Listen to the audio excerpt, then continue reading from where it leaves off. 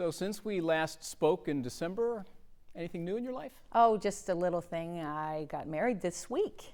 Good for you. Congratulations. Thank you. Who is that lucky guy? His name is Tim Jessel, and I feel like the fortunate one myself. He's an attorney. Yes. We should point out in the D.C. area. Yes, exactly. Good for you. Thank you. All the best. Thank you so much. And also, since we last spoke, the Renée Fleming Initiative has taken hold. It's going full force. Give us some ideas of what's been happening with your initiative at Lyric Opera of Chicago. Well, we made a very exciting announcement yesterday about the collaboration between Lyric Opera and the Merit School. And this is a situation where young students who their vocal program will expand, and students will not only develop their voices, and we're looking for talent in the Chicago area, but they will also be exposed to opera. All of the students at Merit School will be more exposed to opera, to careers in the arts, to their parents will also join. And I think ultimately we want to serve the broader public in Chicago, and particularly young people, and bring them into the opera and have that sense of allowing them to understand that opera's for everyone. We should give just a little bit of background on the Merit School. It's about 6,000 students that it serves on some level, and it's both public school students, or mostly public school students. Really talented students are interested in taking lessons at the Merit because the level of the teaching and the instruction is so high.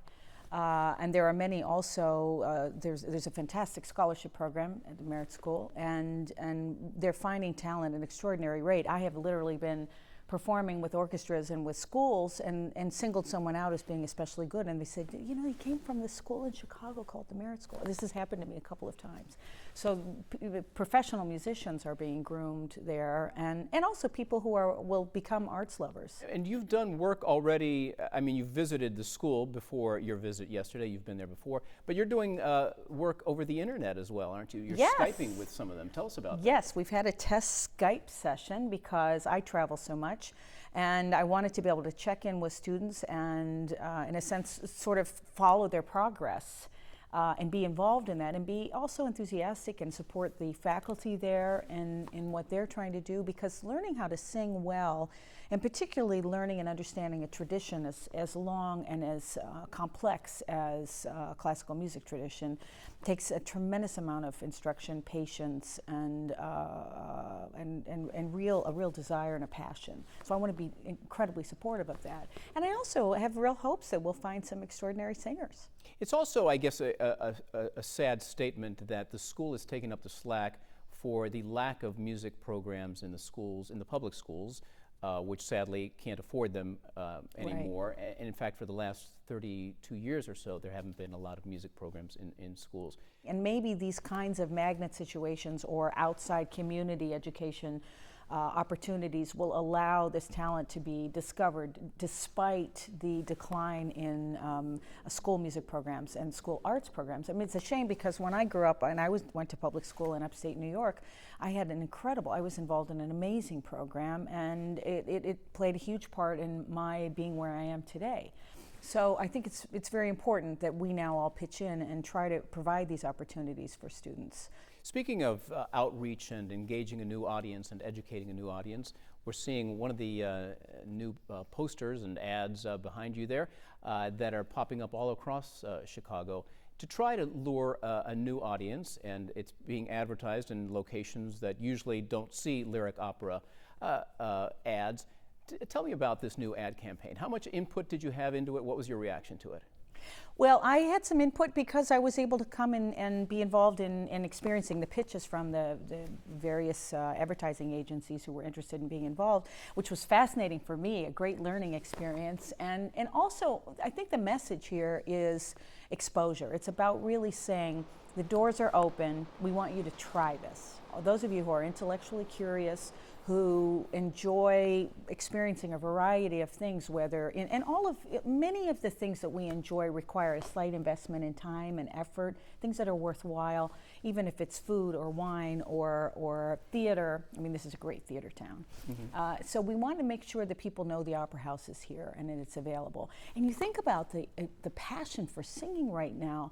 I mean, I sit and watch American Idol and The Voice and Glee with my daughter. Everybody wants to sing and perform. This is the a very good time, I think, to open the doors and expose the public to the wonders of hundreds of years of singing, unamplified. Well, when you do hear American Idol and those kinds of shows, where it's more focused on the loud, the brash, the amplified voice, do you think that that's doing a disservice to the world that you reside in? Not at all, because I think kids will be curious. Everybody wants to perform online now. My daughter's writing music, and she's making, with the various programs that come on her Mac, she's making her own tracks. And this, in turn, sort of, I think, opens the door to kids wanting to explore music of all kinds. I mean, I'm amazed at how eclectic the tastes are of my children. She listens to 40s music. Now, I didn't expose her to that. She heard it somewhere, and she's now gone on this huge exploration and is singing the music of Ella Fitzgerald and Sarah Vaughan, and it's extraordinary what's available on the internet now. So one click later, and they're in opera. And opera is passionate, and it's exciting, and the voices are thrilling. It's this most virtuosic kind of singing there is. Well, let's talk about some of the other aspects of the initiative that are coming up, because we're only less than a year into it, and Yes. This is a multi-year project. Tell us about some of the things that you're excited about. Well, I'm very excited about the music theater initiative. The show, but of course, was already planned, and it will be fantastic. And I think Oklahoma next year will be equally wonderful. And I believe strongly that this is our classical music, a form of it that requires support also from our communities. It's not enough anymore to depend on Broadway productions to tour. We need more education, frankly, in the historic pieces that my generation knows and loves, but my children's generation might never have exposure to. I'm working on a world premiere, which is this close to being announceable, if I can make up a word. Announce it now. Let's break some news. Tell us what it is. I can't until we have all the pieces, and we're Can you one reveal the piece short. composer? Nope, not yet. Not yet. Everything will come out in a much bigger, greater form when it's fully together. And that will premiere at Lyric in the 2014-15? 15-16, I think. 15-16. Yes. So I'm very excited about Let me that. get just back one moment to musical theater, because your colleague Deborah Voigt ventured into musical theater Yes. not too long ago, Yes. singing Annie Get Your Gun. Right. Is that something that maybe we'll be hearing from you at some point?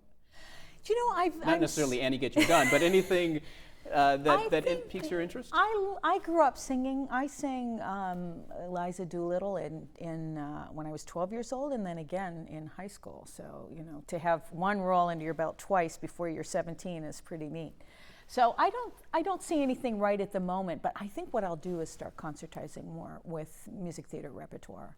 People love it. I just did a Rodgers and Hammerstein group in Gstaad in Switzerland, and there's an immediacy to the music, I think, and also I get to sing in English.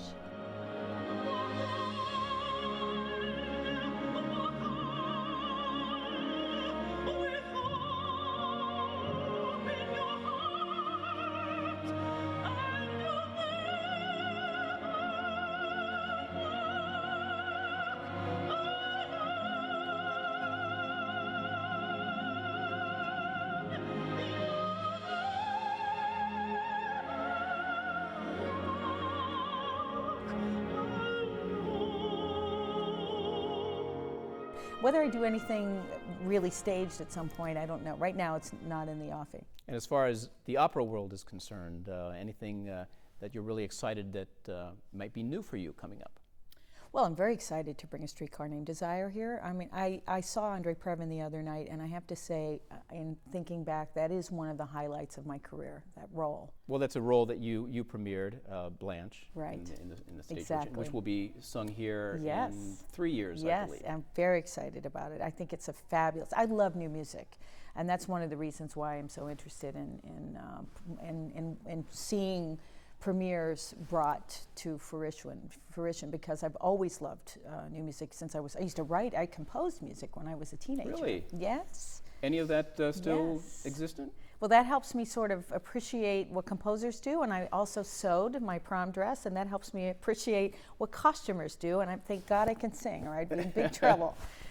So yeah, I gave that up. When I learned how to speak, I stopped composing. No more composing? Yes. And you're not sewing your own clothes anymore? Oh are you? God, no, disaster. It was bad then.